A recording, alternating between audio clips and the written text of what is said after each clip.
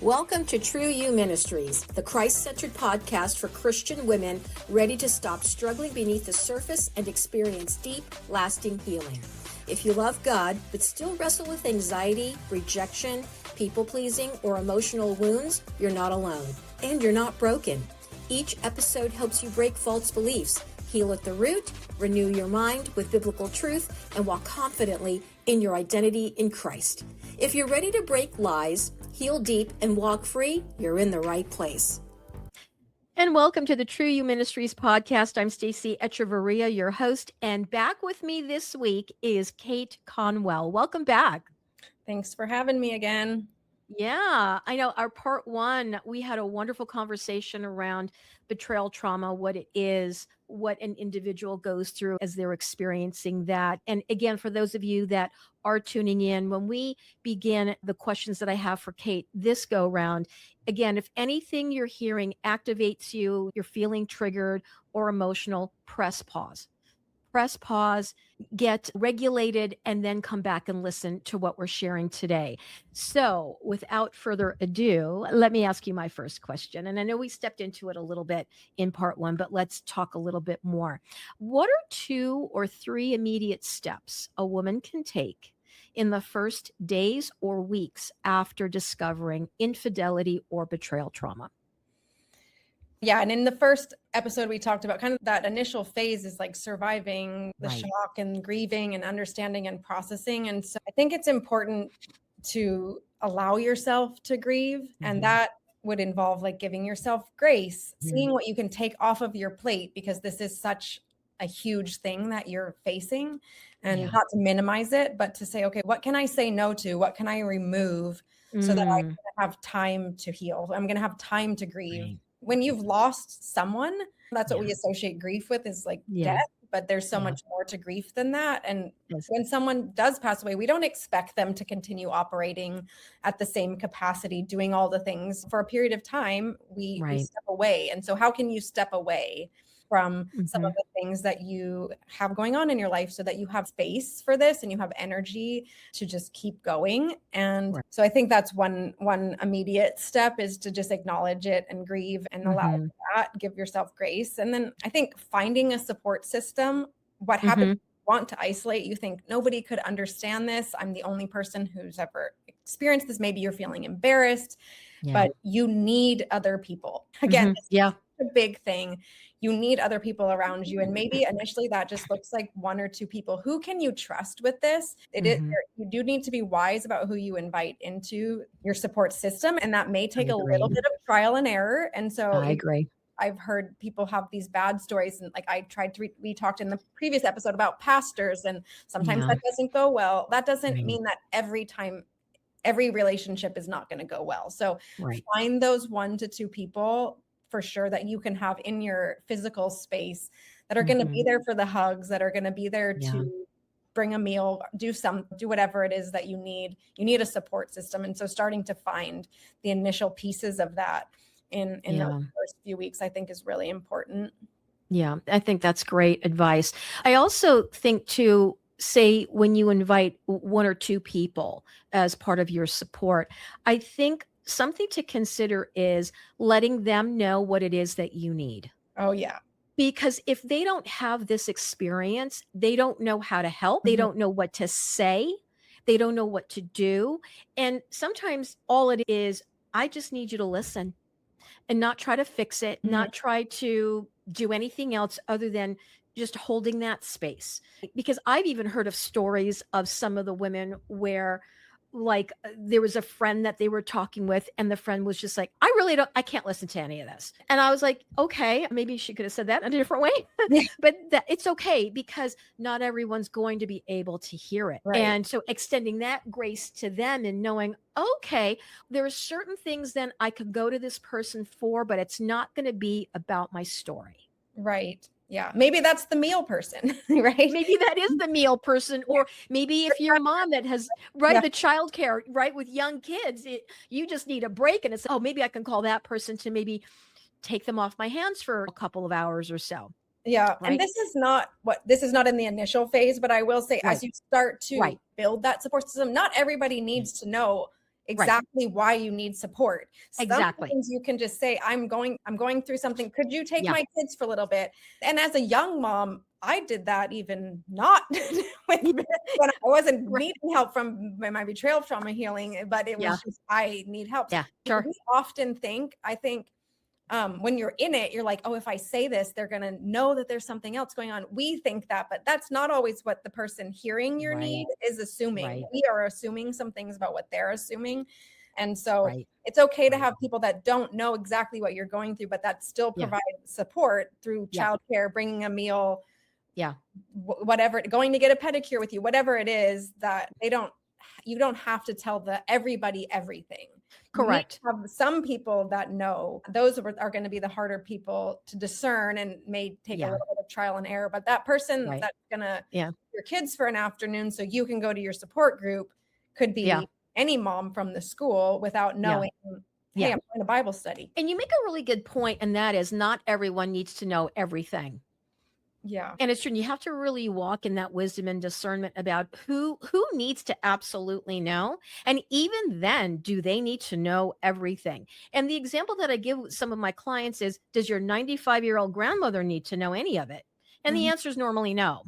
What's going to be helpful for the people that you are going to tell? And just really understanding that it is your story. And it's your husband's story, and it's both of your stories. And so you get to control that narrative. For sure. But you also have to make sure that whoever it is that you are telling, that they are trusted people and that they understand that it is their story to tell. Yes. And I guess a tip I would offer is involve the Holy Spirit in this for sure. I mean, always involve the Holy Spirit, but so often I don't. So I'm reminding those of you that are like me, that are like, go to everybody else about your advice. And then you're like, oh, wait, Holy Spirit, what do you think? Yeah. The last person I go to, oh, wait, let me come back to you, Holy Spirit. And we'll help you discern who the right person and the right people are. Yeah. And so absolutely. ask God and ask him to bring those people. If you think you're like, I don't know who, he will bring the right people. I have a very good friend now, and we were more acquaintances. She knew my story. So when it happened to her, we are now like soul sisters. I'm sure if you had asked her 2 weeks before she discovered, like, if this happens, who are you going to go to? It's not going to, my name wasn't going to be her person moving forward, but that's really what happened. And so you never know. God's got you. We said that before. He's got this. Like, ask him and he will bring the right people to support you. And it might not be who you think it's going to be, but it will be somebody. Exactly. And I love that, because sometimes my clients will ask me, so what do you think about this? And what do you think about that? And I said, did you ask the Lord first? Like, he knows what the question is, but because basically what Kate and I are saying is that rely upon the Lord. He will direct your path in that, and he will bring the right people as your support. Absolutely. So then, what are some simple ways to regulate overwhelming emotions when triggers or intrusive thoughts hit? I think what's important here is maybe some of our audience does not know what an intrusive thought is. So if you can explain that, and then how can those overwhelming emotions and intrusive thoughts be regulated, because there's a lot of dysregulation that's going on. And so we need to be able to get clients to a place where they're regulated so that we can help with moving them in their healing journey. And you can't if you're dysregulated. Yeah. And I'm going to thank you for sending me, just in full transparency, you sent me some of these questions in advance. I did. So I have some things pulled up to help me answer them. Yeah. One of them being, I did a workshop titled Tips for Taming Triggers. That is lovely. I love it. Said, like, some people don't know what triggers are. I have a slide here. I'm just going to read it. It's defined in The Body Keeps the Score by Bessel van der Kolk. It says, long after a traumatic experience is over, it may be reactivated at the slightest hint of danger and mobilize disturbed brain circuits and secrete massive amounts of stress hormones. This precipitates unpleasant emotions, intense physical sensations, and impulsive and aggressive actions. These post-traumatic reactions feel incomprehensible and overwhelming. So essentially, it is a traumatic experience being reactivated, and then what happens to our bodies when that, as a general big tip for taming triggers, you have to have a toolbox. You're not going to have one solution for any time an intrusive thought comes. This is what I'm going to do, and this is always going to work. And I've got this one thing, and that's what I'm going to do. It's like a toolbox, because sometimes you're going to need the hammer, and sometimes you're going to need the saw, and sometimes you're going to need the screwdriver, and sometimes you're going to need all of them. Really, it's going to be a lot of trial and error too. That's when I'm working with clients on triggers, we're like, we can come up with a strategy, we can talk through it and say, okay, let's try this when this happens. And sometimes it might not work. Sometimes it might. And so don't just try it once. Try something a few times in a few different situations until you do come up with the tools that are going to work for you. It's going to be a battle for sure. I don't want to minimize like what's happening. It is a battle, and we're not battling against flesh and blood. I think that was one really powerful tool that I used later in recovery, was recognizing that this thought was the enemy trying to break me down. And so I wouldn't, again, this was later in recovery when I already had some truths to back this up, but I would say the thought would come to me about maybe he's doing this, maybe whatever it is, or maybe some sort of trigger. And I would speak back to it as if it was a person. Okay, nope. You already tried, Satan, to destroy me and destroy my marriage, and we won. Like, we have already defeated you. And so that really worked for me personally, to think of it as the enemy trying to talk to me and trying to bring me down in whatever way it was at me. That was, again, like I said, that was later, but you can use that strategy even early in recovery when it's things about yourself or that are coming against you, those more negative thoughts, is reminding yourself, this is the enemy. That's doing this. This is not necessarily the truth either. I think that's another strategy, is to like acknowledge what you're thinking and feeling and then confront it, right? Asking yourself, is this true? Is this something that's happening in the present? Am I being brought back into the past? And that depends on the situation. Sometimes the trigger is an actual thing that you've just discovered your husband is lying again. That's also, it's a trigger of the past, but it's also something happening in the present. And asking yourself those questions instead of trying to just like push it away. So often we're like, I don't want to feel this way. It's a negative feeling, as we defined. I don't want to feel this way. Let me try to get rid of it as fast as possible. And there are strategies for that, I think, too. Box breathing, being present in the room. It's like name 3 things of blue that are blue. Name 3 things you can smell. Name 3 things that you can taste right now. Those tools are helpful to just get rid of it. But then there's also strategies you need to use to confront it. And they're building up those practical ways for you that are going to work, and knowing that it's going to be a battle, and it's going to take some work. And that may sound discouraging if you're in the beginning phases of this, but I do know that the more that you intentionally work on taming your trigger, the easier it will become. And the more that you don't try to run from it, and the faster you will learn what works and what doesn't work. And so it's okay. This isn't going to last forever. I think that's one important thing to remind yourself in the moment. This is normal. This is a normal response. What I'm experiencing is okay. It's part of the process, and it's not going to last forever. And then move into whatever it is, like your box breathing. You're just moving, sometimes up, putting yourself in a different room, walking around the block if you can. I recognize that's not always possible. If you're like in the car and you drive past somewhere, but that's where you have your toolbox and you do what you can do in those moments, and continue the battle, and you will win. It takes intentional fighting. You make such a really great point that we need to fill our toolbox, right? And when we think of a toolbox, we see many different tools in there, so that we have several to choose from, and some of them work together really well. And so figuring that out. So I think that's really key, and it's good to start thinking about those things now, because you may not ever experience betrayal trauma, but are you going to experience difficulties in life? Absolutely. So what are some tools that you can start cultivating currently that can help you when something hits and you feel your body do what it does? And so then how can you regulate? So I think those are really great points. And also the really good point, Kate, was that you don't just try it once. It may not have worked the first time, but maybe that wasn't the place where you tried this particular tool, right? Mhm. Or use this particular tool. So keep at it until you figure out what does work for you when, and then learn to be flexible in figuring that out. Because again, healing isn't linear either. Nope.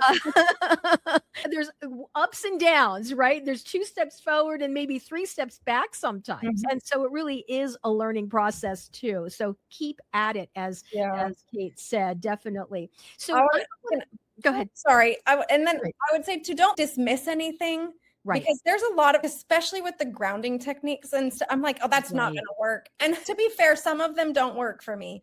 But like recently I've been struggling with a different kind of like triggers not related to, Mhm. and I read, Mhm. okay, just like what I said, this is normal, telling myself this is normal and you're Yeah. working on it. And I was like, that is so stupid. Like totally worked. Yeah. No, I was like, I'm gonna give this a try, but I was like, this is not gonna work. And it did. Like on even with me not thinking it was going to work, it still did. And so don't dismiss it. Even as I can be more matter of fact. Matter of fact.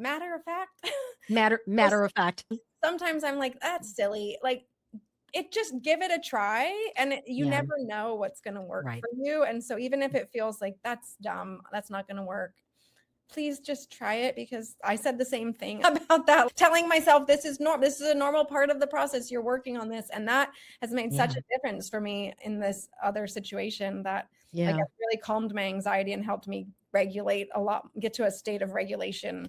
I'm glad you mentioned that because sometimes for me with what I've been walking through over the last 40 years and people say, "Have you tried this?" Yes, I have. I've tried all of it. Yeah. Yeah. And I've tried all of it. And I'm seeing a doctor, a functional medicine, a naturopathic doctor. And when I first started with him, I just said, just so you know, I am very skeptical and cynical, but I am willing to try.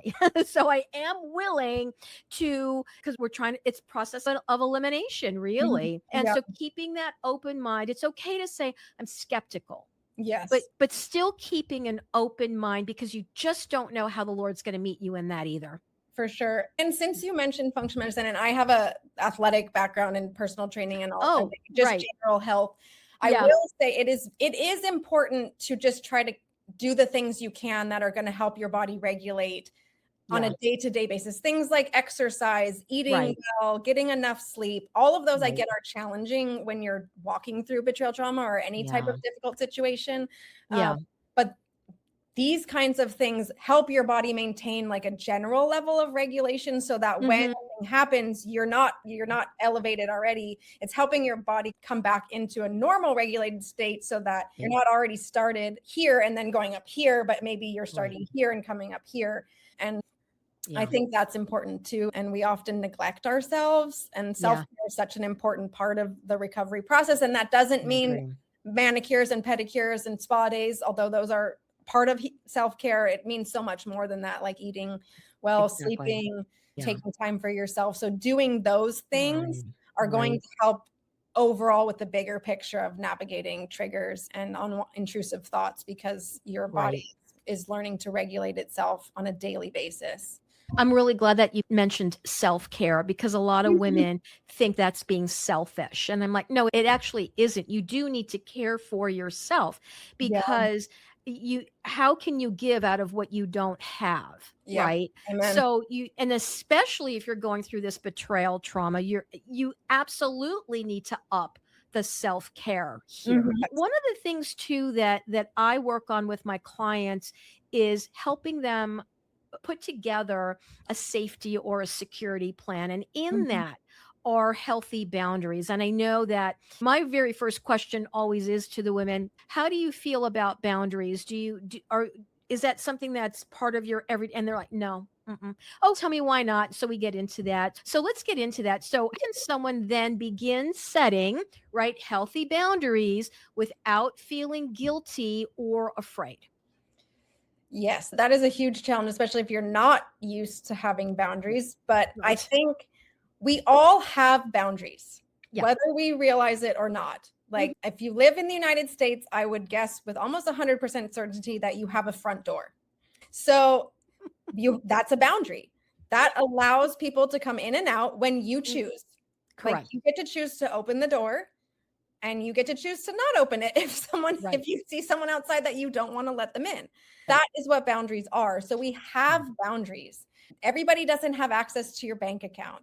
And Correct. so in the same way, we're allowing access to ourselves and what we think is okay and what we don't think is okay. So just getting a general understanding of what boundaries is.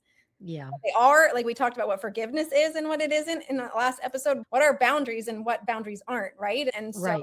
I think just laying the foundation around what they are. There's so many good books, and we could spend multiple episodes just talking about boundaries, and we wouldn't cover them all of the topics.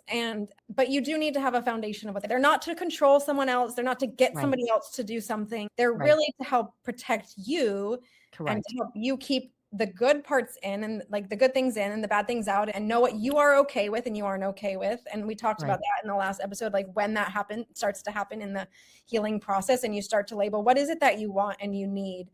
And recognizing some of those things can help you then determine what kind of boundaries that you need. It is hard if you've not had boundaries, or if you've been told that boundaries are selfish, or you don't have a lot of experience with it. I think it's okay to start small. It's okay to recognize where you're at. Like if I mentioned I used to be a personal trainer, like when someone came in and they didn't have any experience working out, it's not like I'm going to be like, okay, and here's the 150 pounds, let's throw it on your back and let's try to do some squats. We're going to start small. We might just start with your body weight and learn how to squat. So the same thing can happen with boundaries. Like I tell people, we're going to find something that you feel 100% confident that you can do. You feel good about this boundary. Like you know that you can follow through if this happens. Right. And so we want to find something that you totally believe that you could do this. And that's where we're going to start. And so if you don't think that, if you're saying like, I don't want to be involved in conversations where there's yelling, right? Maybe that happens a lot after be him. Okay, I want to protect the kind of conversation I'm going to have. I don't want to have yelling as part of that. Maybe you don't believe that you could actually leave the house. You're like, I have kids. I can't walk. I can't just leave. But what can you do? What can you do in that situation? And then we explore those options and we figure it out. Okay, in order to protect healthy conversation, when the yelling starts, whether that's you or that's him, this is what you're going to do because you are in control of yourself. And you can do this. And so let's start small with whatever it is that you can you are in control of it, even though you're not using it to control somebody else. I can't say my boundaries that he has to leave. And I love that you're making that distinction. Absolutely. It isn't about controlling anyone else because let's be realistic about it. We can't. We're not able to control anyone else. We can only control ourselves. I know. And the thing too is really understanding that boundaries are about protection and safety. They really are. Right. And when someone violates the boundaries, so what I tell clients is boundaries are great, but they're useless if they are violated and you don't follow through on consequences. Yes. Yep. And I think that's where the sticking point is for so many. And that is, wait, what consequences I have to implement? Yes, because we tell people, whether verbally or non-verbally, how we want to be treated. So if we don't follow through on, if this happens, then if this boundary is violated, then this is what's going to happen. If we don't follow through on that second part, they'll never take you seriously. Yeah. If you have kids, think about this, right? Like we do this with our kids. Sometimes I do it well and sometimes I do not. But it's like, if you do this, then I'm going to do this. And like, now that I do work with, I'm like, okay, I don't want to say something like, because if I do that and then I have to follow through on that, you actually want to follow through. And that's where I said, do something that you feel 100% confident with. Yes. If I tell my kid, if you do that, then you're not going to be able to go to soccer or whatever. I'm like, oh crap, I actually want you to go to soccer because that time away is like when I get to have my peace and quiet. Do I really want to follow through on that? And that's kind of like a silly example, but those things can be considered. Like if you don't think that if you don't have confidence yet that you can actually do it, then don't set a boundary yet. And that's okay. I agree. It's okay to not be ready to put some bound, even if they're necessary. And you and I would say, okay, you really need to have a boundary there. But if you're not going to do it, it's better to not communicate it if you don't think you're going to follow through, because I agree. Not only will that person not trust that you will it will become meaningless. Like it actually impacts your own self, because I said I was going to do that. I didn't follow through. And then subconsciously it wreaks havoc on yourself as well as the person that in the relationship which with you're trying to protect. And it just heaps on more guilt for not doing it. Yeah. And then you feel badly about yourself. And that's the last thing we want anyone to experience. So I agree with you, is that if you're not ready to set this boundary and then follow through on consequences if the boundary is violated, then wait on that. And as we've shared earlier too, and that is in the first episode, was it the first one? Yeah.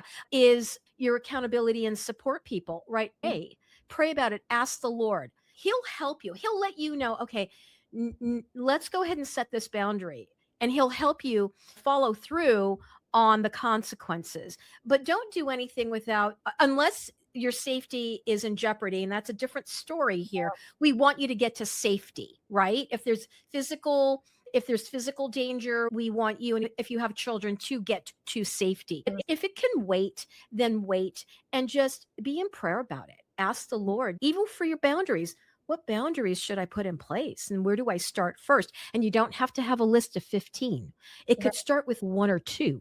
Yeah. So take it really small and easy, and feeling confident about, I'm confident about this boundary, and I'm confident about, the consequences if they are violated. So I like that you make that point. It's a really great distinction.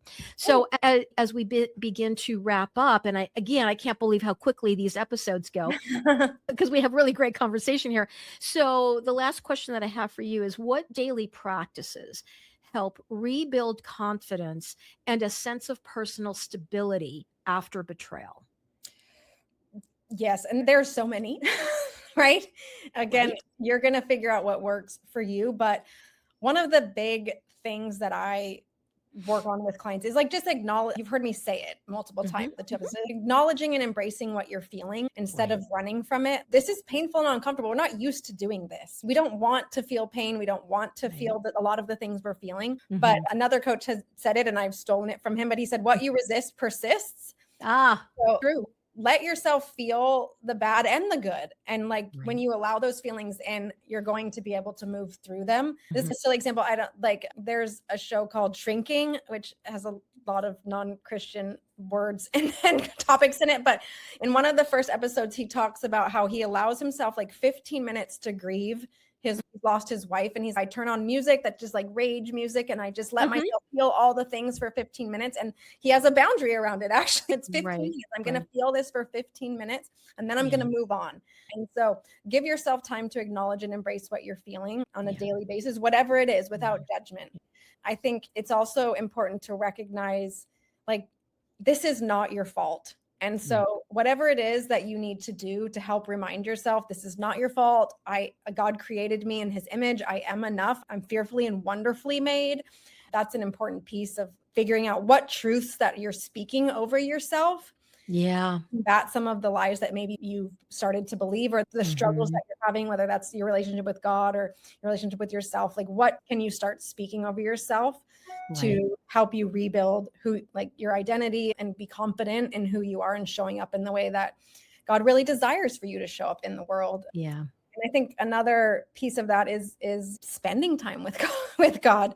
We've talked about this a number of times. Go to God, be in relationship with him, because he is going to be what gets you through this. He's going to be the rock that carries you. And so just spending time at his feet, spending time with him, I think is really important to he's going to speak those truths. If you're like, I don't have truths, he will speak those truths to you when you listen and you pause. But we have to take time to pause and invite him into the healing process, because he is there and he's waiting and willing.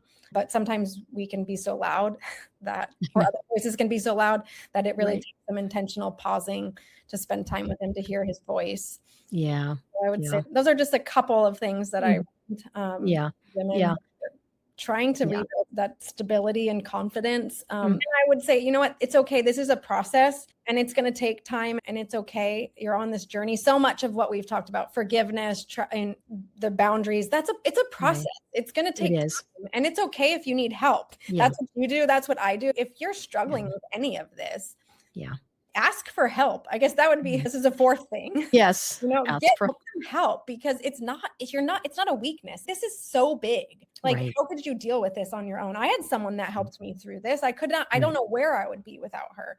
It's okay to get help from someone who can walk beside you through this and help you set boundaries, help you walk through forgiveness, help you manage triggers and come up with your toolbox. Right. Those coaches, you are available. I'm available.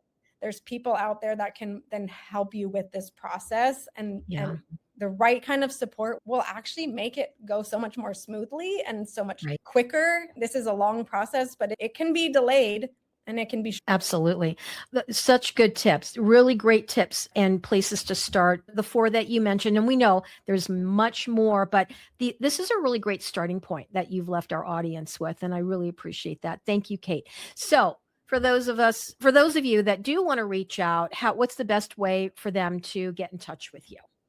Yeah. So if you are looking, like I said, for a coach, you're like, I'm struggling with boundaries, I'm struggling with forgiveness, I would love to work with you and help you navigate that and untangle it and figure out how we can take some steps forward. The best way to get connected with me is to set up a next steps call through my website. So you can go to journeybetrayal.com and set up a next steps call. It's free.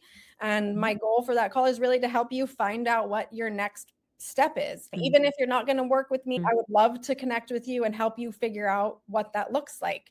What is your next step? And really have you walk away from that feeling encouraged. Hopeful is what a lot of women say, that they leave that call feeling like more full of hope, being seen and heard, and knowing that someone else has gone through it, and then having some actionable steps of what do I do now? And so I would love to meet you and help you figure out what your next step is. I do think community is a huge part of the healing process. And I merged the Journey Beyond Betrayal community with Pure Life Alliance's Healing Haven program for women. And if you're a woman looking for community support, being surrounded by other women who get it, who understand, are navigating those same things, like right now. I'm here, you're here, we've done this, we're like on the other side. These women are like in the midst of healing, and they're just maybe a few steps ahead of you. Some might be a few steps behind. There's women joining at all times. Our groups are open. So get connected to some people who can understand and support you in community, because there's power in bringing your struggle into the light and being known and seen and validated in your pain. And Pure Life Alliance's Healing Haven program does that for women. Step Free program does it for men who are struggling with unwanted sexual behaviors. So we have programs for each. The bulk of what we do is in the Pacific Northwest, but we do have online groups now for men and for women. So wherever you are, we have some international men and women all over the place. So if wherever you're listening from, that is an option that's available to you for community support. And community is, I think, it's so key. So many things, whatever it is you're walking through, find a community of people who are walking through the same thing and get connected, because the enemy wants to keep you isolated and believing that you're the only one and you're all alone. And that is absolutely not true. No matter what you're going through, there is a group of people who can walk beside you. Find that group. Yeah, amen to that. When we think about Jesus and the 12, he walked in community. Really so key. And I so appreciate, Kate, that you mentioned that with your next steps call. You're listening, you're going to help the individual that you're speaking with figure out what their next step, even if it isn't with you. And I do the same thing, because I believe you have the same heart that I do. And that is, we want to help people get connected to the right people that can help them. Even if it's not with us and what we offer, there might be someone else that might be better suited. We just don't know. But it really isn't about you, and it isn't about me, but it is about how is the Lord wanting to move in this person's life and get them connected. So we might be the step to that. So I love that you have that heart. It's really important. And for those of you that have been walking alone on this, or anything else that you're walking by yourself on, just know that the Lord is ready, willing, and able to walk with you. All you have to do is say yes to him, and he will provide you with everything that you're going to need to come through whatever difficulties you're currently experiencing. So I'd love to have a conversation with you about that. You can reach me on my website at trueyouministries.com. or info@trueyouministries.com is my email. And if you have questions about I don't even know what this Christian faith journey even looks like. How do I say yes to Jesus? I love talking about him on every episode that I do. It's all about him. Just connect with me on my website, and the links will be in the show notes, and schedule that 20-minute consultation. It's free. You've got nothing to lose. And again, Kate, thank you so much for the wealth of information that you brought to our episodes. And I just love the work that you're doing. Thank you for being here. Yeah, thank you for what you do. Like you said, you've got to find your person. And I'm so glad to have you as someone I can recommend, and all the work that you're doing to help people is amazing. So thank you for saying yes to God's call. Thank you. And yeah, same here. It's the purpose of my podcast is to connect people with the right people and to provide a really solid referral network for people. And again, I have no issues referring people to you as well if I'm not the right person. We're all in this together, right? We're working together in God's kingdom to be agents of healing for those of you that are struggling. So make sure to reach out. And for those of you that have been watching and listening, thank you so much for being here. And I pray that the Lord would bless you today. Thank you for joining me on True You Ministries. If today's episode encouraged you, be sure to subscribe and share it with a friend who needs hope and healing. Remember, freedom is possible, healing is real, and your identity in Christ is worth walking in. Until next time, keep breaking lies, healing deep, and walking free.